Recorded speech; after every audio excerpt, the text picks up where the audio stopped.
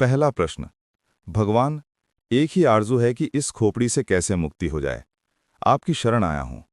पूछा है चिन्मय ने। खोपड़ी से मुक्त होने का ख्याल भी खोपड़ी का ही है। मुक्त होने की जब तक आकांक्षा है तब तक मुक्ति संभव नहीं, क्योंकि आकांक्षा मात्र ही आकांक्षा की अभिच्छा ही है। मन संसार ही नहीं बनाता, मन मोक्ष भी बनाता है, और जिसने ये जान लिया वही मुक्त हो गए। साधारणता ऐसा लगता है मन ने बनाया है संसार, तो हम मन से मुक्त हो जाएं तो मुक्त हो जाएंगे। वही भूल हो गई। वही मन ने फिर धोखा दिया। फिर मन ने जाल चली। फिर मन ने जाल फेंका। फिर तुम उलझे। फिर नया संसार बना। मोक्ष भी संसार बन जाता है। संसार का अर्थ क्या है? जो उलझा ले। संसार का अर्थ क्या है? जो अपेक्षा बन जाए, वासना बन जाए। संसार का अर्थ क्या है? जो तुम्हारा भविष्य बन जाए, जिसके सहारे और जिसके आश्रय और जिसकी आशा में तुम जीने लगो, वही संसार है। दुकान पर बैठे हो, इस संसार में हो। मंदिर में बैठ जाओगे, संसार के बाहर हो जाओगे। इतनी सस्ती बातों में मत पड़ जाना। काश इतना आसान होता, तब तो कुछ उलझन न थी। दुकान में संसार नहीं है और ना मंदिर में संसार से मुक्ति। अपेक्षा में, आकांक्षा में, आशा में संसार है। सपने में संसार है। तो तुम मोक्ष का सपना देखो, तो भी संसार में हो। संसार के बाहर वही है जो अभी और यही है। लेकिन इसका तो अर्थ ये हुआ कि मोक्ष की आकांक्षा भी छोड़ देनी पड़ेगी, अन्यथा मोक्ष के बहाने भी, मोक्ष की वासना से भी तुम नए नए संसार बनाते चले जाओगे। समझना काफी है, छूटना नहीं है। छूटना किससे? किसी ने बांधा होता तो छूटते, किसी ने बांधा भी नहीं है। बंधन कहाँ है? बंधन से छूटने की जल्दी मत करो, क्योंकि यह भी हो सकता है बंधन हो ही ना, तब तुम छूटने की कोशिश से बन जाओगे। और अगर बंधन नहीं है तो छूटोगे कैसे? बंधन से छूटने की कोशिश मत करो, बंधनों को जानने की कोशिश करो कि बंधन कहाँ है। पूछो, जिज्ञासा करो, वासना मत करो। विपरीत की वासना भी वासना है। तुम कुएं से बचते हो, खाई में गिर जाते हो। इससे क्या फर्क पड़ेगा कि तुमने गिरने का ढंग बदल लिया? तुम बाएं गिरे कि दाएं गिरे, इससे क्या भेद पड़ता है? जिज्ञासा करो कि बंधन कहाँ है, बंधन क्या है। बंधन को भर आंख देखो। इसी को बुद्ध ध्यान कहते हैं, अप्रमाद कहते हैं, कि बंधन को भरी आंख से देखो। तुम्हारे देखने देखने में तुम पाओगे बंधन पिघला, बंधन गया, क्योंकि बंधन तुम्हारी मूर्छा है। अगर तुम जाग के देखोगे कैसे टिकेगा? बंधन वस्तुतः होता तो मुक्ति का कोई उपाय न था। बंधन केवल ख्याल है। बात में से बात निकल आई है, कहीं कुछ नहीं है। एक युवक भिक्षु नागार्जुन के पास आया और उसने कहा कि मुझे मुक्त होना है, और उसने कहा कि जीवन लगा देने की मेरी तैयारी है। मैं मरने को तैयार हूं, लेकिन मुक्ति मुझे चाहिए। कोई भी कीमत हो चुकाने को राजी हूं। अपनी तरफ से तो वो बड़ी समझदारी की बातें कह रहा था। चिन्मय ने भी यही पूछा है आगे प्रश्न में।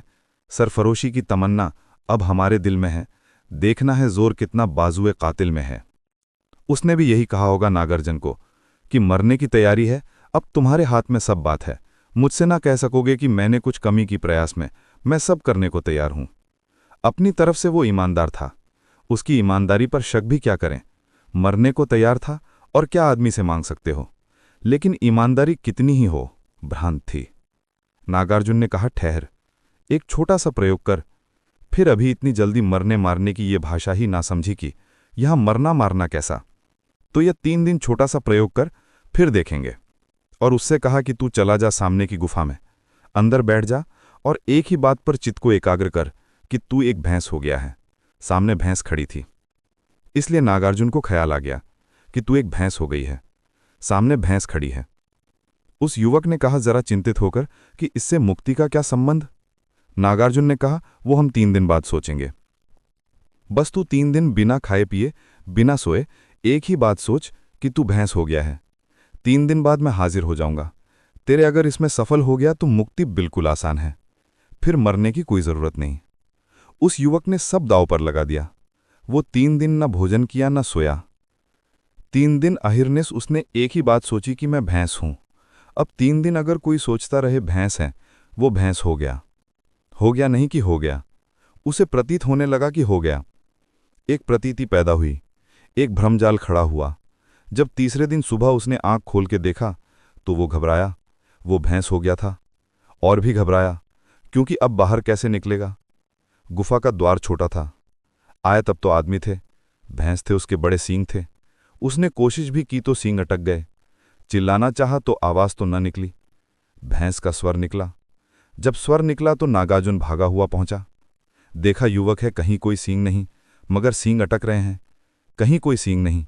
वो आदमी जैसा आया था वैसा ही है। लेकिन 3 दिन का आत्मसम्मोहन, 3 दिन का सतत सुझाव, 3 बार भी सुझाव दो तो परिणाम हो जाते हैं। 3 दिन में तो करोड़ों बार उसने सुझाव दिए होंगे। फिर बिना खाए पिए जब तुम 3 दिन तक नहीं सोते तो तुम्हारी सपना देखने की शक्ति इकट्ठी हो जाती है। 3 दिन तक सपना नहीं देखा, जैसे भूख इकट्ठी होती है 3 दिन तक खाना न खाने से, ऐसा 3 दिन तक सपना न देखने से सपना देखने की शक्ति इकट्ठी हो जाती है। 3 दिन की सपना देखने की शक्ति, 3 दिन की भूख में भी जितना शरीर कमजोर हो जाता उतना मन मजबूत हो जाता है।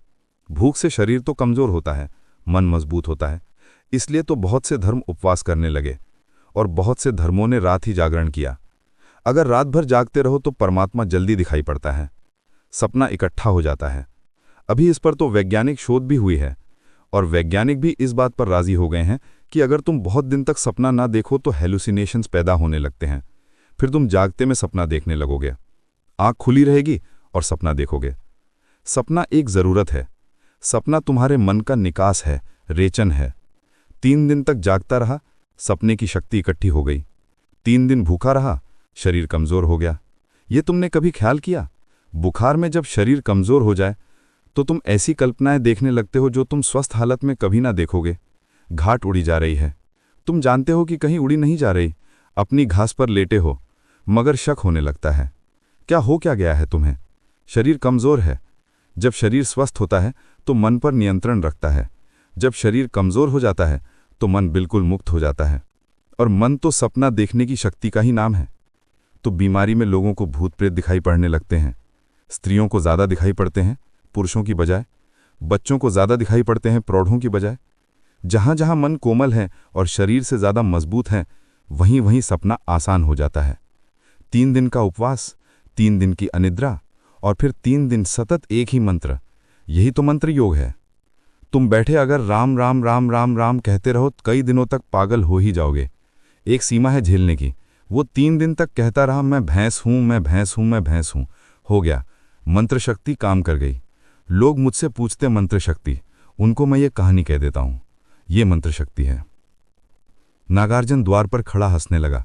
वो युवक बहुत शर्मिंदा भी हुआ और उसने कहा, लेकिन आप हंसे, ये बात जस्ती नहीं। तुम्हारे ही बताए उपायों को मान के मैं फंस गया। अब मुझे निकालो। सींग बड़े द्वार से निकलते नहीं बनता और मैं भूखा भी हूं, वो नींद भी सता रही है। नागार्जुन उसके पास गया, उसे जोर से हिलाया तो थोड़ा वो तंत्रा से जागा तो उसने देखा सींग भी नदारत है, भैंस भी कहीं नहीं। वो भी हंसने लगा। नागार्जुन ने कहा, बस यही मुक्ति का सूत्र है। संसार तेरा बनाया हुआ है, कल्पित है, संसार को छोड़ना नहीं है, जाग के देखना है। इसलिए जिन्होंने तुमसे कहा कि संसार छोड़ो, उन्होंने तुम्हें मोक्ष में उलझा दिया। मैं तुम्हें संसार छोड़ने को इसलिए नहीं कह रहा हूं, छोड़ने की बात ही भ्रांत है। जो है ही नहीं उसे छोड़ोगे कैसे? छोड़ोगे तो भूल में पड़ोगे। जो नहीं है उसे देख लेना, जान लेना कि वो नहीं है, मुक्त हो जाना। इसलिए बुद्ध ने कहा, असत्य को असत्य की तरह देख लेना मोक्ष, असार को असार की तरह देख लेना मोक्ष। सारा राज देख लेने में। ये तो पूछो ही मत कि खोपड़ी से कैसे मुक्ति हो जाए। ये कौन है जो पूछ रहा है? ये खोपड़ी ही है जो पूछ रही है। अगर इस खोपड़ी की बात मान के चले तो इससे तुम कभी मुक्त ना हो पाओगे। जाके देखो कौन पूछता है, गौर से सुनो कौन प्रश्न उठाता है। ये कौन है जो मुक्त होना चाहता है? क्यों मुक्त होना चाहता है? बंधन कहाँ है? और जिसने भी जाग के देखा वो हंसने लगा, क्योंकि बंधन उसने कभी पाए नहीं। जागने में कोई बंधन नहीं। इसलिए बुद्ध चिल्ला चिल्ला के कहते हैं, प्रमाद में मत जियो, अप्रमाद, जागो, होश में आ जाओ। और तुम कहीं गए नहीं हो, तुम वहीं हो जहां तुम्हें होना चाहिए। भैंस तुम कभी हुए नहीं हो, तुम वही हो जो तुम हो, तुम परमात्मा हो। इससे तुम रत्ती भर यहां वह न हो सकते हो, न होने का कोई उपाय। हाँ, तुम भ्रांति में रह सकते हो, तुम अपने को जो चाहे समझ लो। मन शक्तिशाली है, तुम जो चाहोगे वही बन जाओगे। और जिस दिन भी तुम देखना चाहोगे उस दिन तुम दृष्टि बन जाओगे। दृष्टि मुक्ति है। समझे थे तुझसे दूर निकल जाएंगे कहीं, देखा तो हर मुकाम तेरी रह गुजर में। कहाँ जाओगे दूर निकल के? परमात्मा से। कहीं भी जाओगे पाओगे उसके ही रास्ते में तुम्हारा मुकाम। समझे थे तुझसे दूर निकल जाएंगे कहीं, देखा तो हर मुकाम तेरी रह गुजर में। हर मुकाम उसी का है, हर पल उसी का है। अस्तित्व से दूर जाने का उपाय कहाँ है? कैसे जाओगे दूर? हाँ, सोच सकते हो, विचार कर सकते हो कि दूर निकल गए। और जब दूर निकलने का ख्याल आ जाएगा तो तुम चिल्लाओगे, पूछोगे पास कैसे आ जाएं? अब जो तुम्हें पास आने का रास्ता बता देगा वो तुम्हें भटका देगा, क्योंकि दूर अगर निकले होते तो पास भी आ सकते थे। दूर कभी निकले ही नहीं, इसको ही जानना है। तो अगर सार में तुमसे कहूं, बंधन की तरफ आंख करो। जहां जहां बंधन दिखता हो वहीं वहीं ध्यान को लगाओ। बंधन ध्यान का विषय बन जाए और तुम पाओगे तुम्हारे ध्यान की ज्योति जैसे जैसे सघन होती है वैसे वैसे बंधन तरल होकर बिखर जाता है। जिस दिन ध्यान की ज्योति परिपूर्ण सघन हो जाती, अचानक तुम पाते हो कि बंधन गया। सपना था, टूट गया। नींद का ख्याल था, मिट गया। बिखरा ध्यान हो तो खोपड़ी है, इकट्ठा ध्यान हो खोपड़ी गई।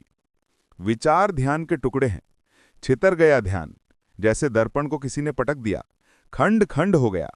इकट्ठा जमा लो, बस उतना ही राज है। इसलिए ध्यान को चिंतन मनन विमर्श बनाओ। खोपड़ी से मुक्त हो जाने की बात मत पूछो। खोपड़ी में कुछ भी बुरा नहीं, वहां भी परमात्मा ही विराजमान है। वो भी उसी का मंदिर है, वो भी उसी की ही रहगुजर है, वहां से वही गुजरता है। अगर तुम गलत न समझो तो मैं तुमसे कहूंगा, विचार भी उसी के, निर्विचार भी उसी का है, तनाव भी उसी का और शांति भी उसी की है, संसार भी उसी का और मोक्ष भी उसी का। इसलिए जैन फकीरों ने एक बड़ी अनूठी बात कही है, जिसको सदियों तक लोग सोचते रहे हैं और समझ नहीं पाते। जैन फकीरों ने कहा है, संसार और मोक्ष एक ही चीज के दो नाम हैं। ठीक से न देखा तो संसार, ठीक से देख लिया तो मोक्ष। लेकिन सत्य एक ही है। और गैर ठीक से देखने का ढंग क्या है? आंख बचा बचा के चलते हो, भीतर काम वासना है, तुम उसे देखते नहीं। तुम्हारे न देखने में ही वो बड़ी होती चली जाती है। भैंस के सींग बड़े होते चले जाते। भीतर क्रोध है, तुम उसकी तरफ पीठ कर लेते हो, डर के मारे कि कहीं आ ही न जाए, ऊपर ना आ जाए, किसी को पता न चल जाए। भीतर भीतर क्रोध की जड़ें फैलती जाती हैं। तुम्हारा पूरा व्यक्तित्व विषाद, दुख, उदासी, भय और क्रोध के जहर से भर जाता है। और जितना ही ये बढ़ने लगता है उतने ही तुम डरने लगते हो। जितने तुम डरने लगते हो उतना ही तुम देखते नहीं, तुम आंख बचाने लगते हो। तुम अपने से आंख बचा बचा के कब तक भागोगे? कहां भाग कर जाओगे? तुम अपने से आंख बचा रहे हो। तो यही उलझन है। बचाओ मत, जो है जैसा है उसे देख लो। और मैं तुमसे कहता हूं, उसके देखने में ही मोक्ष है। जिसने देख लिया ठीक से अपने को, उसने सिवाय परमात्मा के और कुछ भी न पाया। समझे थे तुझसे दूर निकल जाएंगे कहीं, देखा तो हर मुकाम तेरी रह गुजर में है। दूसरा प्रश्न, कभी कभी भगवान बुद्ध और लाओ त्से का बोध एक सा लगता है, मगर हैं दोनों एक दूसरे के उल्टे छोर पर। मेरी अपनी समस्या यह है कि मेरा स्वभाव प्रेम से ज्यादा ध्यान पर लगता है और मैं सबसे ज्यादा लाओ त्से से प्रभावित हूं। इसे कैसे सुलझाऊं? सुलझाना क्या है?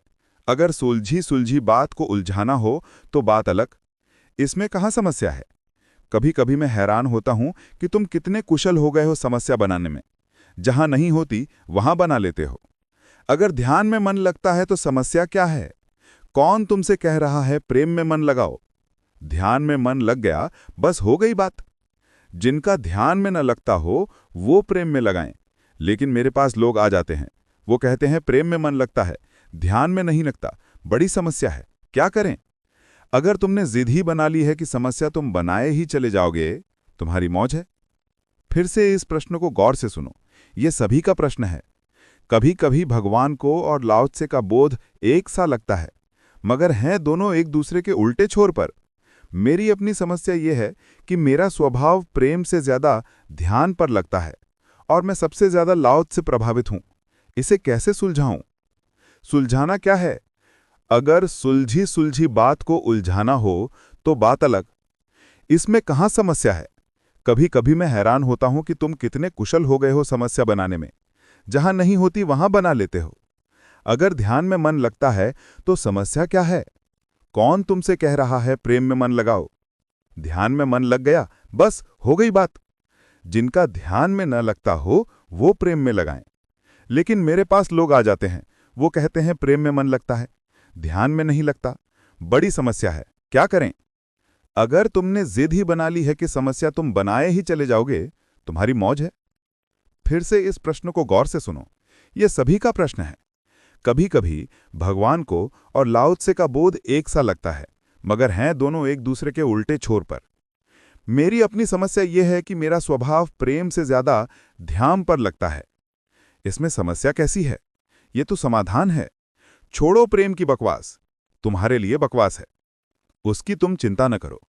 हां, अगर समस्या ही बनानी हो, बिना समस्या के रहना ही मुश्किल पड़ता हो तो बात अलग, फिर तुम्हारी मर्जी। और मैं सबसे ज्यादा लाओ त्से से प्रभावित हूं। इसमें भी क्या बुराई है?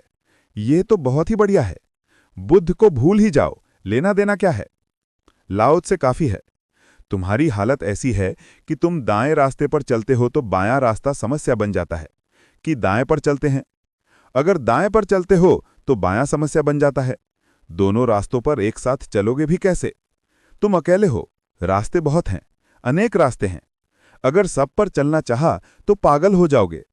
इतना तो होश रखो कि जो जम जाए उस पर चल जाना है।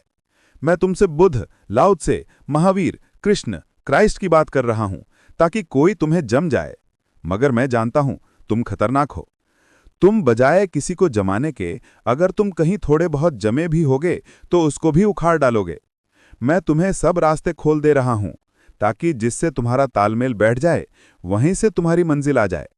कोई बुद्ध ने ठेका नहीं लिया है कि बुद्ध के साथ ही जाओगे तो ही पहुंचोगे। लाओ त्से एकदम बढ़िया रास्ता। ठीक है, तुम चल पड़ो। डगमगाते क्यों हो? जहां समस्या नहीं है वहां तुम समस्या कैसे देख लेते हो? ऐसा लगता है कि बिना समस्या देखे तुम जी नहीं सकते, क्योंकि फिर तुम करोगे क्या?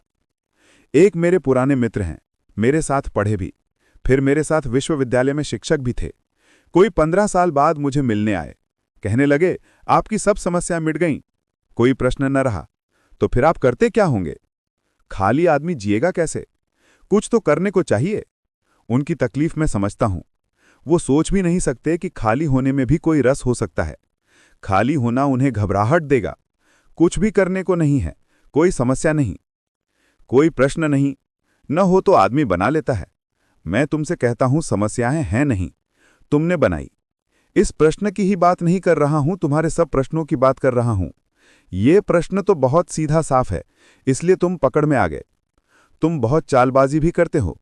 तुम ऐसे भी प्रश्न बनाते हो कि कोई पकड़ नहीं सकता है। लेकिन मैं तुमसे कहता हूं, सब प्रश्न तुम्हारे बनाए हुए हैं। तुम क्योंकि खाली होने से डरते हो, इसलिए कोई ना कोई समस्या बनाए चले जाते हो। समस्या है तो हल करने की सुविधा है। हल होगा तब होगा। विधि खोजेंगे, विधान खोजेंगे, शास्त्र खोजेंगे, कुछ व्यस्तता रहेगी। इस संसार में बड़ी अजीब अवस्था है। आदमी दुख को भी इसलिए नहीं छोड़ता कि दुख में उलझा तो रहता है, लगा तो रहता है, कुछ काम तो करता रहता है। तुम कहते जरूर हो कि दुख मिट जाए, लेकिन तुमने सच में कभी चाहे नहीं कि दुख मिट जाए, क्योंकि फिर तुम करोगे क्या?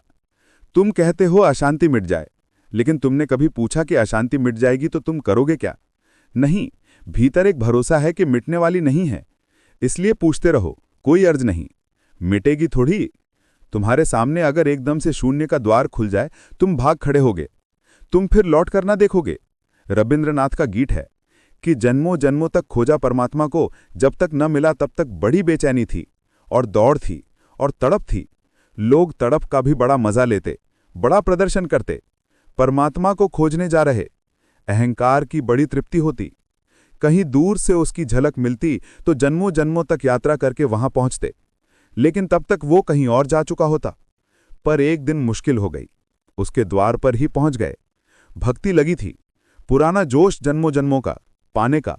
एकदम चढ़ गए सीढ़ी, सांकल हाथ में ले ली। तभी समझ आए कि अगर वो मिल ही गया तो फिर क्या करेंगे? कहीं ये घर सच में ही उसका हुआ, धोखा हुआ तब तो कोई अड़चन नहीं है, फिर खोज पर निकल जाएंगे। खोज भरे रखती है। अगर सच में ही ये घर उसका हुआ रविंद्रनाथ की कविता बड़ी महत्वपूर्ण है। लिखा है कि आहिस्ता से साकल छोड़ दी कि कहीं बच न जाए भूल चूक, कहीं वो द्वार खोल ही न दे। जूते उतार के हाथ में ले ली कि कहीं सीढ़ियों से उतरते वक्त आवाज न हो जाए। और फिर जो भागा हूं तो पीछे लौट के नहीं देखा। अब फिर खोजता हूं, हालांकि मुझे उसका घर पता है। उस जगह को छोड़कर सब जगह खोजता हूं, वहां भर नहीं जाता क्योंकि मुझे मालूम है ये कहीं हालत तुम्हारी भी तो नहीं। जब मैं गौर से तुम्हारे भीतर देखता हूं तो पाता हूं यही हालत तुम्हारी है। तुम्हें भी उसका घर पता है, तुम भाग खड़े हुए हो। वो घर तुम्हारे भीतर है, वहां तुम जाते नहीं, सब जगह तुम खोजते हो। वहां भर जाते तुम ठिठकते हो, डरते हो। नहीं, कोई समस्या मत बनाओ। अगर ध्यान में रस आ गया तो प्रेम अपने आप आ जाएगा। यही तो मैं तुमसे कहता हूं कि दो ढंग हैं। उनको दो ढंग भी कहना ठीक नहीं, वो एक ही सिक्के के दो पहलू हैं। ध्यान से चलो तो प्रेम अपने आप आ जाता है, प्रेम से चलो तो ध्यान अपने आप आ जाता है। और हर आदमी अलग अलग ढंग से बना है। मोहब्बत के लिए कुछ खास दिल मखसूस होते हैं। ये वो नगमा है जो हर साज पर गाया नहीं जाता। ये गीत है मोहब्बत का, जो किन्हीं साजों पर गाया जाता है, सभी साजों पर नहीं गाया जाता। लेकिन यही बात ध्यान के लिए भी सच है। उसके लिए भी कुछ खास दिल मखसूस होते हैं। ये वो नगमा है जो हर साज पर गाया नहीं जाता। मीरा के साज पर प्रेम का गीत जमा, बुद्ध के साज पर ध्यान का गीत जमा। गाया, ये असली बात है, भरपूर गाया, समग्रता से गाया। ध्यान को गाया या प्रेम को गाया, ये पंडित सोचते रहे। गा लिया, गीत अनगाया न रहा। जो छिपा था वो प्रकट हो गया, जो बंद था कली में वो फूल बना। वह जो बीज में दबा था, चांद तारों से उसने बात की, खुले आकाश में गंध फेंकी, दूर दूर तक संदेश दिए। लुट गया, परिपूर्ण हुआ। गीत तुम कौन सा गाओ इसका बहुत सवाल नहीं है। और ध्यान रखना, गीत तुम अपना ही गा सकोगे, दूसरे का गीत तुम कैसे गाओगे। यही तो मैं सतत तुम्हारे सिर पर हथौड़ी की तरह चोट मारता रहता हूं कि गीत तुम अपना ही गा सकोगे, किसी और का नहीं। उधार भी गीत गा के कहीं तुम गायक बन सकोगे। हम मीरा की नकल करके अगर नाच लिए और भीतर कोई प्रेम का रस जगता ही न था तो तुम्हारा नाच झूठा होगा, और झूठे नाच से तुम सच्चे परमात्मा तक ना पहुंच पाओगे। नाच थोड़ी पहुंचाता है, नाच की सच्चाई पहुंचाती है, प्रामाणिकता, उसकी गहराई। अगर तुम बुद्ध की तरह बोध वृक्ष के नीचे बैठना ही तुम्हारा स्वभाव हो तो उससे भी पहुंच जाओगे, क्योंकि बैठना थोड़ी पहुंचाता है। बैठने की सच्चाई, ज़ैन फकीर कहते हैं, सिर्फ बैठना काफी है, इससे ज्यादा करने की कोई जरूरत नहीं। जो चुप होकर बैठ गया वो पहुंच गया, क्योंकि जाना कहाँ है? अपने ही भीतर उतर जाना है। कुछ करने की जरूरत नहीं है। तुम ये मत समझना कि मीरा नाच के वहां पहुंचती है, नाचने से उसका क्या लेना देना है, या बुद्ध बैठकर पहुंचते हैं, बैठने से भी क्या लेना देना है। कोई भी कृत जो तुम्हारी परिपूर्णता से आता है वही पहुंचा देता है, परिपूर्णता पहुंचाती है। और ध्यान रखना, उधारी से तुम ना पहुंचोगे, कोई प्रॉक्सी वहां नहीं चलती। तुम ही जाओगे तो ही कोई दूसरा तुम्हारी तरफ, तुम्हारी जगह हाजिरी ना भरवा सकेगा। तुम किसी दूसरे से ना कह सकोगे। वो कोई भारतीय विश्वविद्यालय की कक्षा नहीं है। एक मित्र को कह गए कि जब मेरा नाम आए तो कह देना। मैं खुद ही यही करता रहा सालों। लेकिन उस सत्य के जगत में कोई प्रॉक्सी, कोई दूसरा तुम्हारे लिए यस्सर ना कह सकेगा। तुम ही मौजूद होगे तो ही। ये ख्याल रखो बात। अपने सांस को पहचानो।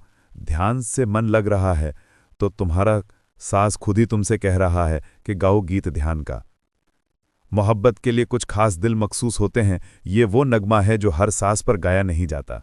पर ध्यान भी ऐसा ही है, हर कोई ध्यान न कर सकेगा।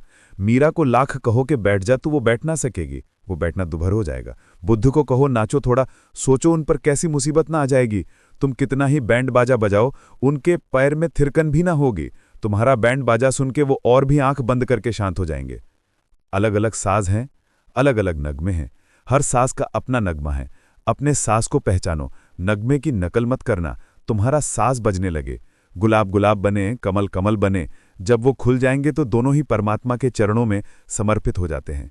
एक ही बात ख्याल रहे, इस बात को ही मैं आस्तिकता कहता हूं। जो कहोगे तुम कहेंगे हम भी, हाँ यूं ही सही। आपकी हर यूं खुशी है मेहरमा, यूं ही सही। परमात्मा की तरफ बस ये भाव रहे कि तुम जो कहोगे ध्यान को ध्यान, साज से पूछ लेना, वो परमात्मा का बनाया हुआ है। जो कहोगे तुम कहेंगे हम भी, हाँ यूं ही सही। आपकी हर यूं खुशी है मेहरबां, यूं ही सही। तुम अपनी खुशी बीच में मत डालना। तुम ये मत कहना कि मैं तो प्रेम का गीत गाऊंगा, वही नास्तिकता है। तुम ये मत कहना कि मैं तो ध्यान का ही गीत गाऊंगा, चाहे साज पर बैठता हो या ना बैठता हो, वही नास्तिकता है। जिसने अपनी जिद लानी चाहिए अस्तित्व के विपरीत, वही नास्तिक है। जिसने अस्तित्व को हाँ कहा, हाँ मेहरबां, यूं ही सही, बस उसके लिए मंदिर के द्वार खुले। तीसरा प्रश्न, हम प्रमादी लोगों के जीवन में सपने ही सपने हैं, पर सपनों का सत्य क्या है? क्या प्रमादी रहते उसे हम जान सकते हैं? सपने ही सपने हैं, ये तुमने मुझे सुन के समझ लिया। इतनी जल्दी मत मान लेना। जानना जरूरी है, मानना नहीं। मैंने कह दिया और तुमने मान लिया तो काम ना चलेगा, उधार हो गई बात। तुम्हें ही खोजना पड़ेगा कि सपने हैं। बहुत लोग भटक जाते हैं दूसरों की बात मान के, क्योंकि मैं लाख कहूं कि सपना है, अगर तुम्हें भीतर सच ही लग रहा है तो तुम मेरी मानते भी रहोगे और चलते भी उसी की दिशा में रहोगे जो तुम्हें सच लग रहा। यही तो उलझन है आदमी की। बुद्ध कहते हैं क्रोध पागलपन है। तुमने सुन लिया, इनकार भी ना कर सके। और बुद्ध बलशाली हैं। जब वो कहते हैं तो उनके कहने में वजन है। जब वो कहते हैं तो उनका पूरा व्यक्तित्व उसका प्रमाण है। तुम इनकार भी नहीं कर सकते, बुद्धि से तर्क भी नहीं कर सकते, और बहुत गहरे में तुम्हारा सोया हुआ बुद्धत्व भी भीतर से हाँ भरता है कि ठीक है।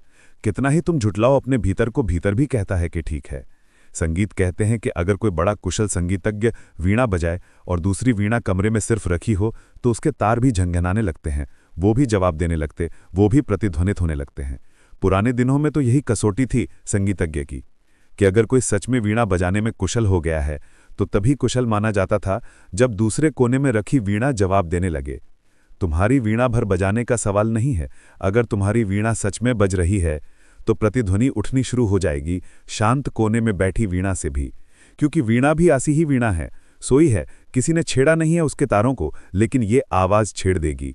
जब बुद्ध की बजती वीणा के पास तुम आते हो या मीरा या चैतन्य की नाचती अपूर्व घटना के पास तुम आते हो, तुम्हारे भीतर का बुद्ध भी संवेदित होता है, संचालित होता है।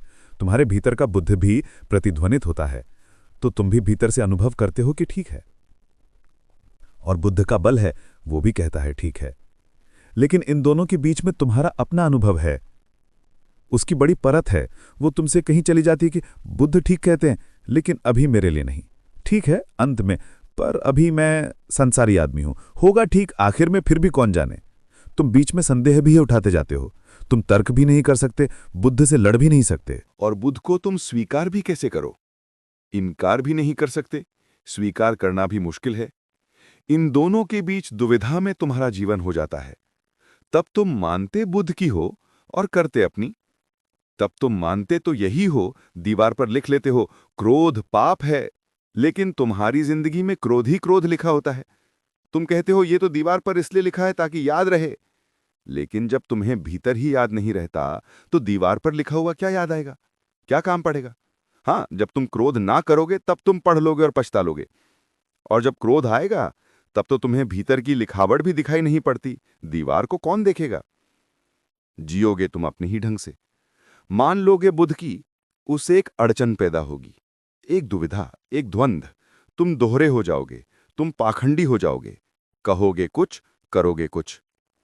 जो कहोगे उसके विपरीत करोगे, जो करोगे उसके विपरीत कहोगे। इसलिए तो अगर किसी से सलाह लेनी हो तो ना समझ से ना लेना। ना समझ आदमी भी बड़ी बुद्धिमानी की सलाह दे सकता है। अगर तुम किसी मुसीबत में हो तो किसी से भी पूछ लो, जो उस मुसीबत में नहीं है, वो तुम्हें ऐसी ऐसी सलाह देगा कि बुद्ध भी सोचें कि शायद हमसे भी ऐसी सलाह देते ना बनती। लेकिन जब तुम उस आदमी को मुसीबत में देखोगे तो तुम पाओगे वो तुम्हारी जैसा ही व्यवहार कर रहा है। अपनी सलाह अपने ही काम नहीं आती। कहां भूल हो गई है? मेरे पास लोग आते हैं, वो कहते हैं हमें ज्ञान तो सब है, हमें मालूम सब है कि क्या ठीक है और क्या गलत, लेकिन ठीक फिर होता क्यों नहीं? ठीक होने के लिए कोरा ज्ञान काफी नहीं है।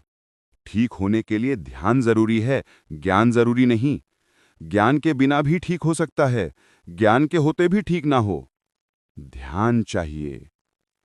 मैंने कहा कि सपना है तुम्हारी जिंदगी, मेरी बात मान मत लेना, अन्यथा मुझसे तुम्हें लाभ ना हुआ, हानि होगी। मैंने तुम्हारी जिंदगी को बदला नहीं, पाखंडी कर दिया। तुम रहोगे तो अपने सपने में भी और कहते जाओगे सपना है। तुम रहोगे तो माया में और माया को गाली देते चले जाओगे। तुम देख सकते हो, तुम्हारे साधु सन्यासियों को मिल सकते हो, वो वही कर रहे हैं जिसको गाली दिए चले जाएंगे। स्वाभाविक है ये द्वंद्व, क्योंकि जो कह रहे हैं वो शास्त्रों से उधार है, उन्होंने स्वयं जाना नहीं। सुकरात का बड़ा प्रसिद्ध वचन है, ज्ञान क्रांति है। जिसने जान लिया वो बदल गया। अगर जानने के बाद भी ना बदलो तो समझना कि जाना ही नहीं। ये तो प्रश्न बिल्कुल गलत है कि हम जानते हैं फिर बदलाहट क्यों नहीं होती। ये तो असंभव है।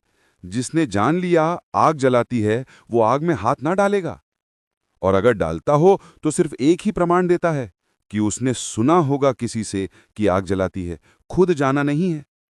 खुद तो वो यही जानता है कि आग बड़ी शीतल है, और अगर एक आग जला भी देती तो भी नहीं सीखता, क्योंकि वो सोचता है जरूरी थोड़ी कि दूसरी आग भी जलाती हो, फिर तीसरी भी आग है। जिंदगी में 1000 रंग हैं आग के, एक रंग जला देता है तो दूसरा जलाएगा, ये कोई जरूरी थोड़ी है। वो प्रयोग करता चला जाता है और धीरे धीरे धीरे धीरे अभ्यस्त हो जाता है आग से जलने का। फिर जलने की पीड़ा भी नहीं होती, फिर चमड़ी उसकी इतनी जल चुकी होती है कि जलने की संवेदना भी नहीं होती। क्रोध का पता भी उन्हीं को चलता है जो अभी नए नए अभ्यास कर रहे हैं। जो पुराने अभ्यासी, उन्हें क्रोध का कोई पता ही नहीं चलता। वो मजे से क्रोध में जीते जैसे नाली का कीड़ा नाली में जीता, कुछ पता नहीं चलता। तुम उनसे कहो भी कि ये क्रोध बुरा है, वो कहेंगे कि हम तो बड़े मजे में हैं। सच तो ये है, उन्हें अगर क्रोध करने का मौका ना मिले तो बड़ी बेचैनी मालूम पड़ती। तलब लगती है, अगर उन्हें 2-4 दिन क्रोध करने का मौका ना मिले तो वो पागल हो जाएंगे। वो कुछ ना कुछ उपाय खोज लेंगे, वो कहीं ना कहीं कोई झंझट खड़ी कर लेंगे, वो किसी ना किसी से जाके जूझ जाएंगे, तभी उनको थोड़ी राहत मिलेगी। वैज्ञानिक कहते हैं कि पूरी मनुष्य जाति लड़ने को आतुर है, इसलिए तो हर 10 वर्ष में एक महायुद्ध की जरूरत पड़ जाती है। इतना क्रोध लोग इकट्ठा कर लेते हैं कि फिर छोटे मोटे झगड़े से काम नहीं चलता। पति पत्नी के झगड़े से हल नहीं होता, वो तो रोज चलता रहता है, वो तो अभ्यास है। फिर कोई महायुद्ध चाहिए जहां सब लपटों में हो जाए, जहां विध्वंस करने की पूरी छूट मिल जाए, जहां लाखों लोग मारे जाएं, तब कहीं 10-15 साल के लिए आदमी का मन थोड़ा हल्का होता है। तुम सोचते हो हिंदू मुसलमान इसलिए लड़ते हैं कि उनके धर्म अलग अलग हैं। तुम गलती में हो। तुम सोचते हो हिंदुस्तान पाकिस्तान इसलिए लड़ते हैं कि उनकी राजनीति अलग अलग है। तुम गलती में हो। तुम सोचते हो रूस अमेरिका इसलिए लड़ते हैं कि उनका सिद्धांत और शास्त्र अलग अलग हैं। तुम गलती में हो। शास्त्र बदल दो, सिद्धांत बदल दो, धर्म बदल दो, लड़ाई जारी रही। हिंदू मुसलमान ना लड़ेंगे तो गुजराती मराठी लड़ेंगे, वो दोनों ही हिंदू हैं। हिंदू मुसलमान ना लड़ेंगे तो पूर्व पाकिस्तान पश्चिम पाकिस्तान से लड़ेगा, वो दोनों ही मुसलमान हैं। जिन्ना के भूत को भी स्मरण नहीं आता होगा कि ये कैसे हो रहा है, समझ में नहीं आता होगा कि ये कैसे हो रहा है। मुसलमान मुसलमान से लड़ रहे हैं। छोड़ो पाकिस्तान, दोनों अलग हो गए। अब बंगला मुसलमान की हत्या कर रहा है। आदमी हत्या में उत्सुक है, बाकी सब बहाने। आदमी मारने में उत्सुक है क्योंकि आदमी जीना नहीं जानता है। आदमी क्रोध के लिए आतुर है क्योंकि आदमी प्रेम की कला भूल गया है। आदमी के साज पर प्रेम का ध्यान का नगमा बचता ही नहीं, साज ही टूट गया है। साज से बस ऐसी आवाजें उठती हैं, युद्ध की, विध्वंस की। एक बात ख्याल रखना, पाखंडी मत बन जाना। मैं जो कहता हूं उसे मान लेने की जरूरत नहीं है, उसे जानने की जरूरत है। तुम मेरी मान के आचरण में मत बदलने लगना उसे, अन्यथा तुम सदा के लिए भटक जाओगे। तुम्हारे धर्मगुरु तुमसे यही कहते हैं कि सुन लिया, अब इसे आचरण में लाओ। मैं तुमसे कहता हूं सुन लिया, अब इसे जानो। आचरण की बकवास मत उठाओ, क्योंकि जानने वाले के लिए आचरण अपने आप आ जाता है। आचरण छाया है ज्ञान की, ज्ञान क्रांति है। मैं तुमसे यह नहीं कहता कि आचरण में लाओ, ये तो बात ही व्यर्थ है। मैं तुमसे इतना ही कहता हूं, जो तुमने मुझसे सुना, समझ मत लेना कि तुमने जान लिया। मुझसे तुमने सिर्फ सुना। ये एक परिकल्पना है तुम्हारे लिए। मैंने तुम्हें कुंजी दी खोज के लिए, खोज तुम्हें करनी पड़ेगी। ये खजाना नहीं है, ये सिर्फ कुंजी है। इस कुंजी को तुम खींचे में रखे रहो, इससे खजाना ना मिल जाएगा। ये मैंने कहा, इसको तुम दिशा सूचक संकेत समझो। ये मील का पत्थर है जिस पे तीर लगा है कि आगे जाना है। इस मील के पत्थर को मंजिल मत समझ लेना, यात्रा करना। और मैं तुमसे कहता हूं, यात्रा आचरण की नहीं, ज्ञान की। क्योंकि जब ज्ञान आता है तो आचरण अपने से आ जाता है। जिसने ठीक जान लिया वो ठीक हो जाता है। सम्यक बोध सम्यक जीवन की आधारशिला है। इसलिए महावीर ने कहा सम्यक ज्ञान, बुद्ध ने कहा सम्यक दृष्टि। ठीक ठीक दृष्टि बस पर्याप्त है, बाकी तो सब विस्तार की बातें, लेकिन सस्ता मालूम पड़ता है। ये मैंने कहा तुमने जैसे उन्होंने इतने दिन से सुना है तो बड़ी कृपा की, लिख के भेज देते हैं कि हम हजारों मील से चल के आए हैं और अभी तक कुछ नहीं हुआ। तुम हजारों मील से चल के आए हो, इससे तुमने मुझ पे कोई एहसान नहीं किया। कुछ अभी तक क्यों नहीं हुआ? तुम क्या सोचते हो मुझे सुन के ही कुछ हो जाएगा? अगर ऐसा होता तो सारी दुनिया कभी की बदल गई होती। तो दुनिया में दो तरह की मूढ़ता हैं। एक मूढ़ता कि लोग सोचते हैं सुन लिया सब हो गया, उसको आचरण में लाने लगे पाखंडी हो जाते हैं। सुनो और उसे जानो, वो ठीक सूत्र है। आचरण की चिंता मत करो और सुनने को जान लिया ऐसा मत मानो, तब तुम सम्यक मार्ग पर हो। तुम्हारे सपने सपने हैं ऐसा मैं कहता हूं, बुद्ध कहते हैं ठीक ही कहते होंगे ऐसा तुम समझो। इतनी श्रद्धा रखो कि ठीक कहते होंगे, लेकिन खोजना है तुम्हें, उनके ठीक का तुम्हें गवाह बनना है। जब तक तुम उनके गवाह ना बन जाओ, जब तक तुम भी अपने जीवन के अनुभव से ना कह सको कि हां ठीक, तब तक जल्दी मत करना। और सपने को जानने का एक ही उपाय है कि तुम थोड़े जागो। सपने में सपना तो याद नहीं आता, सपने में सपना तो पहचान नहीं आता। सुबह जाग के पहचान आता है कि रात सपना देखा। जब तुम सपना देखते हो तब तो सपना ही सत्य होता है। लोग कहते हैं हम कान की सुनी नहीं मानते, आंख की देखी मानते। मगर आंख की देखी का भी कितना भरोसा? रोज सपना देखते हो, सुबह उठ के पाते हो, सब झूठ था। ना यहां कान का भरोसा है, ना यहां आंख का भरोसा है। यहां भरोसा ही नहीं है। इसलिए बहुत कदम संभाल संभाल के चलना है। सुबह उठ के पता चलता है कि सपना था, रात पता नहीं चलता। और 1000 बार ऐसा हो चुका है। हर रात सपना देखा, हर सुबह पता चला कि सुबह जाग के पता चला। फिर भी जब तुम सांझ फिर सो जाते हो, फिर भूल जाते हो। सपने में ही जागना पड़ेगा, सपने को देखना पड़ेगा। और मजा ये है कि जो जागता है वही देख पाता है कि सपना सपना है। और साथ में ये भी कि जैसे ही तुम देख पाते हो सपना सपना है, सपना तिरोहित हो जाता है। तुम जाग गए फिर सपना हो कैसे सकता है? तो उन्होंने ही जाना जो जागे, और जिन्होंने जाना और जागे उनका सपना मिट गया। तो जागना ही सपने से मुक्त होने की भी कला है, सपने को जानने की भी और सपने से मुक्त होने की भी। चौथा प्रश्न, रजनीश, इश्क ने हमें निकम्मा कर दिया, वरना आदमी थे हम भी, कुछ काम किए। काम के तो रहे हो, राम के नहीं थे। और जब काम की दुनिया में जब तक निकम्मे न हो जाओ तब तक राम की दुनिया में गति नहीं होती। काम की दुनिया ही तो संसार है। काम की दुनिया से जागो तो ही राम की दुनिया की पात्रता उपलब्ध होती है। और काम की दुनिया में चल चल के किसको क्या मिला? रहे होगे काम के, लेकिन पाया क्या? अगर पा लिया ही होता तो मेरे पास ही क्यों आते? तब तो मैं तुम्हारे पास आता। नहीं, काम बहुत काम का सिद्ध नहीं हुआ। एक सूफी कथा है। गजनी के महमूद के दरबार में एक आदमी आया। वो अपने बेटे को साथ लाया था। उसने बेटे को बड़े ढंग से बड़ा किया था, बड़े संस्कारों में ढाला था, बड़ा परिष्कृत किया था। सदा से उसकी यही आकांक्षा थी कि उसका एक बेटा कम से कम महमूद के दरबार में हिस्सा हो जाए। उसने उसके लिए ही उसे बड़ी मेहनत से तैयार किया था। उसे पक्का भरोसा था क्योंकि उसने सभी परीक्षाएं भी उत्तीर्ण कर ली थीं। और जहां उसे पढ़ने लिखने भेजा था, गुरु ने बड़े प्रमाण पत्र दिए थे और उसकी बड़ी प्रशंसा की थी। वो बड़ा बुद्धिमान युवक था, सुंदर था, दरबार के योग्य था। आशा थी बाप को कि कभी न कभी वो बड़ा वजीर भी हो जाएगा। महमूद से आकर उसने कहा कि मेरे 5 बेटों में ये सबसे ज्यादा सुंदर, सबसे ज्यादा स्वस्थ, सबसे ज्यादा बुद्धिमान है। यह आपके दरबार में शोभा पा सकता है। आप इसे एक मौका दें। और जो भी जाना जा सकता है इसने जान लिया। महमूद ने सिर भी ऊपर न उठाया। उसने कहा 1 साल बाद लाओ। सोचा बाप ने शायद अभी कुछ कमी है, क्योंकि सम्राट ने चेहरा भी उठाकर न देखा। उसे 1 साल के लिए और अध्ययन के लिए भेज दिया।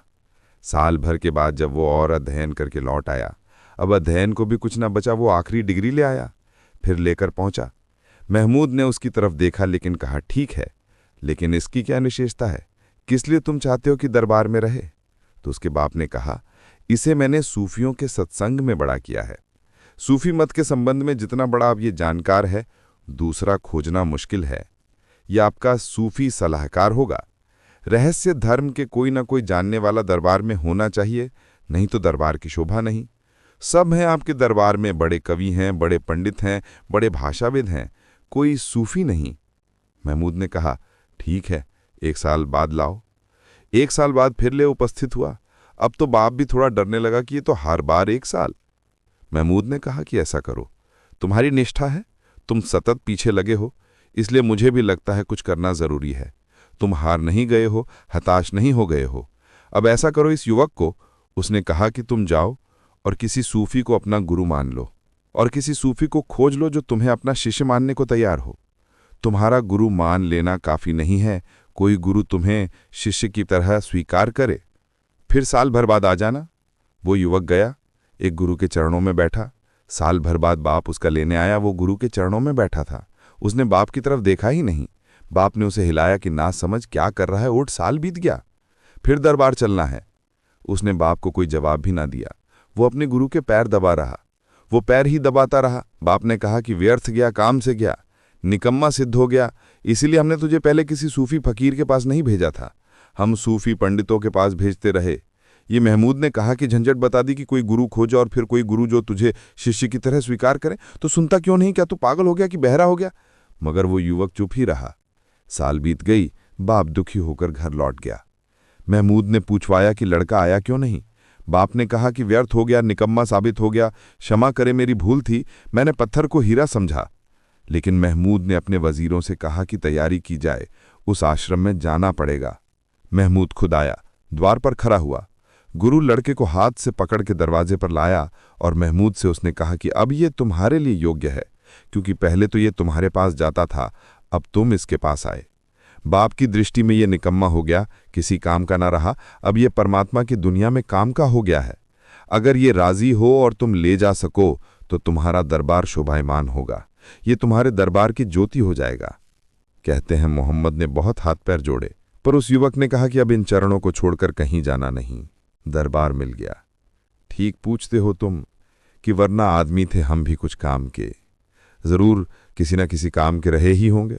संसार में सभी काम के आदमी, और मेरे पास आकर तुम मेरे प्रेम में निकम्मे हो गए, वो भी सच है, लेकिन एक ऐसा निकम्मापन भी जहां राम में प्रवेश शुरू होता है। और ध्यान रखना, काम के आदमी तो भिखारी हैं, भिक्षा पात्र रहता है, कभी भरता नहीं। राम के आदमी ही भर जाते हैं। एक तो ये ऐसी घड़ी है कि जब तुम संसार के पीछे भागते रहते हो, दरबारों की तलाश करते हो और हर जगह ठुकराए जाते हो। फिर एक ऐसी भी घड़ी है कि दरबार तुम्हारी खोज करना शुरू करते हैं, संसार तुम्हारे पीछे आता है और तुम उन्हें ठुकरा देते हो। इसको ही मैं संन्यास कहता हूं। ऐसी घड़ी को उपलब्ध हो जाना जब साधारण आदमी जिन चीजों को मांगता है, चाहता है, वो तुम्हारे पीछे आने लगे और तुम्हें उनमें कोई रस न रह जाए। संसार पीछे आए और तुम लौट के भी ना देखो। मेरी दृष्टि में तभी तुम असली काम के हुए जब तुम राम के हुए। लेकिन अगर मन में थोड़ी भी दुविधा हो और लगता हो कि तो सिर्फ निकम्मे हो गए, राम के तो ना हुए, तो लौट जाओ, अभी कुछ बिगड़ा नहीं है। थोड़े बहुत दिन में वापस संसार के काम के हो जाओगे। अभी बात बिल्कुल नहीं बिगड़ी गई, बिल्कुल बिगड़ी गई होती तो ये सवाल ही तुमने न पूछा होता। अभी कुछ ना कुछ संसार में पैर है, भूल गए हो, थोड़े दिन में वापस सीख लोगे, पुरानी आदत फिर से सजीव हो जाएगी। या तो लौट जाओ या पूरे डूब जाओ, बीच में मत खड़े रहो। इश्क करता है तो फिर इश्क की तौहीन न कर। या तो बेहोश ना हो तो ना फिर होश में आ, या तो डूबना है तो पूरे डूब जाओ। ये निकम्मा होने का जो पाठ मैं पढ़ा रहा हूं, इसमें फिर पूरी तरह हो जाओ। यही तो अकर्म है, निष्काम है। अगर थोड़ी भी शक शुभा मन में हो, थोड़ा भी संदेह हो, तो जितनी जल्दी भाग सको भाग जाओ, दूर निकल सको निकल जाओ, तो फिर बिल्कुल सदा के लिए निकम्मे हो जाओ। अगर संसार में थोड़ा भी रस है तो ये बुरी संगत है, अगर संसार में कोई रस ना रहा तो ये सत्संग है। निकम्मे होकर काम के हो जाओगे, बेहोश होकर एक ऐसे होश को उपलब्ध होगे जिसको फिर कोई बेहोशी छू नहीं सकती। दीवानगी इसके बाद आ ही गया होश, और होश भी वो होश की दीवाना बना दे, और होश भी वो होश की दीवाना बना दे। छठा प्रश्न, बुद्ध के शून्य में आप प्रेम क्यों जोड़ रहे हैं? अकारण नहीं, यूं ही नहीं, जानबूझकर, क्योंकि प्रेम शून्य का फूल है। बुद्ध के कहने का ढंग नकारात्मक है। जरूरत थी, क्योंकि उपनिषदों ने विधायक की बड़ी बात की, वेद विधायक के गीत गाते रहे। जब किन्हीं शब्दों का बहुत उपयोग किया जाए तो वे व्यर्थ हो जाते, उनकी गहनता, उनकी गहराई नष्ट हो जाती। उथले होठों पर शब्द भी उथले हो जाते। उपनिषद की विधायकता, ब्रह्म के गीत पंडितों के द्वारा सब खराब हो गए। फिर ईश्वर की बात करनी दो कौड़ी की बात मालूम होने लगी। पंडित गांव-गांव, गली कूचे-कूचे वही बात कर रहा था। किराए के आदमी ब्रह्म ज्ञान फैला रहे थे। उपनिषद झूठे हो गए थे। बुद्ध ने बड़ा मजा यह है कि उस नकार की भाषा से उन्होंने बड़ी भारी क्रांति खड़ी कर दी। उस क्रांति में जो गुजर सके वही साबित उन्होंने किया कि उन्होंने उपनिषद समझा था। जो ना गुजर सके उन्होंने सिद्ध कर दिया कि वो केवल तोते थे, क्योंकि जिसने उपनिषद को अनुभव से जाना था वो तो तत्क्षण बुद्ध को समझ गया कि ठीक कह रहे हैं। क्योंकि जिसने उपनिषद के ब्रह्म को जाना वो जानना तभी हो सकता है जब कोई भीतर के शून्य से गुजरा हो। शून्य के द्वार से जो ना गुजरा वो ब्रह्म के मंदिर में कभी पहुंचा नहीं। इसलिए जो पहुंच गया था ब्रह्म के मंदिर में, जो सच में ब्राह्मण हो गया था, वो तो बुद्ध के चरणों में झुक गया, क्योंकि उपनिषद से तो थोड़ा सा स्वाद मिला था। जीवित उपनिषद मौजूद हुआ था तो उन्होंने उपनिषद की फिक्र छोड़ दी। जब जिंदा उपनिषद मौजूद हो, जब ऋषि खुद लौट आए हों बुद्ध में, तब कौन किताबों की फिक्र करे। लेकिन जो पंडित थे, कोरे पंडित थे, पुथी पंडित थे, कूड़ा करकट इकट्ठा किए थे, उपनिषद कंठस्थ था, लेकिन उपनिषद का कोई स्वाद ना लगा। हम तो पूर्ण को मानते हैं, शून्य की बात कर रहा है, ये तो नष्ट कर देगा। बुद्ध ने शून्य की बात करके बड़ी गजब की कसौटी पैदा कर दी। चुन लिए लोग, उस कसौटी पे जो कस गया वो सही था, जो नहीं कसा वो गलत था। हिंदू धर्म में जो भी श्रेष्ठ था उन दिनों वो बुद्ध के पास आ गया, कूड़ा करकट रह गया बाहर। लेकिन जो बात उपनिषद के लिए थी वही बुद्ध के लिए हो गए। एक दिन बुद्ध का शून्य भी धीरे धीरे चर्चित होते होते व्यर्थ हो गया। उसमें से पूर्ण का भाव ही खो गया। वो निपट शून्य रह गया, वो केवल दरवाजा रह गया। बुद्ध के लिए विदेह का द्वार था, लेकिन बौद्ध के लिए केवल नकार रह गया। बौद्ध पंडित पैदा हुए, उन्होंने कहा हम उपनिषद से अलग हैं, वेद के हम विरोधी हैं। बुद्ध पंडित के विरोधी थे, वेद के नहीं। बुद्ध जन्मजात ब्राह्मण के विरोधी थे, अर्जित ब्राह्मणत्व के नहीं। बुद्ध ने ब्राह्मण की नई परिभाषा की थी, ब्राह्मण का विरोध नहीं। बुद्ध ने वेद को नए अर्थ दिए थे, वेद का विरोध नहीं। बुद्ध स्वयं प्रमाण थे वेद और उपनिषद के। उन्होंने पुनरुज्जीवित किया था सब जो खो गया था, उसको फिर नया थे। फिर वही हुआ जो होना था। जैसे उपनिषद पंडित के हाथ में पड़ गया था, ऐसे ही बुद्ध का शून्य भी पंडित के हाथ में पड़ गया। वो शून्य कोहरा शाब्दिक था, उस शून्य में कुछ भी ना था, कोई गहराई न थी, वो सिर्फ बकवास था, वो तर्क जाल था। बड़े तर्क जाल पैदा हुए बुद्ध के पीछे, इसलिए मैं दोनों का प्रयोग एक साथ कर रहा हूं। पूर्ण को भी पंडित नष्ट कर चुका, शून्य को भी पंडित नष्ट कर चुका। अब तो एक ही उपाय है कि हम दोनों का एक साथ साधें। पंडित दोनों को एक साथ ना पकड़ पाए, क्योंकि पंडित को लगेगा ये तो विरोधाभासी है। संगति, मेरी बात पंडित को लगेगी विरोधाभासी है, कॉन्ट्रडिक्टरी है, इनकंसिस्टेंट है। क्योंकि पंडित का अर्थ है तर्क। वो कहेगा या तो कहो पूर्ण तो पक्का कि तुम उपनिषदवादी हो, या कहो शून्य तो पक्का कि तुम बुद्धवादी हो। मैं कोई वादी नहीं हूं। मैंने तो देखा है कि शून्य का द्वार पूर्ण के मंदिर में पहुंचा देता है, और मैंने देखा है कि पूर्ण के मंदिर में जिसे भी जाना हो वो शून्य के द्वार के अतिरिक्त और कहीं से जा नहीं सकता। तो मेरे लिए शून्य और पूर्ण में विरोध नहीं है। असंगत को पंडित नहीं पकड़ पाता, इसलिए कुछ चीजें हैं दुनिया में जो पंडित की पकड़ से बाहर रह गई हैं। जैसे जैन पंडित की पकड़ के बाहर रह गया क्योंकि असंगत है।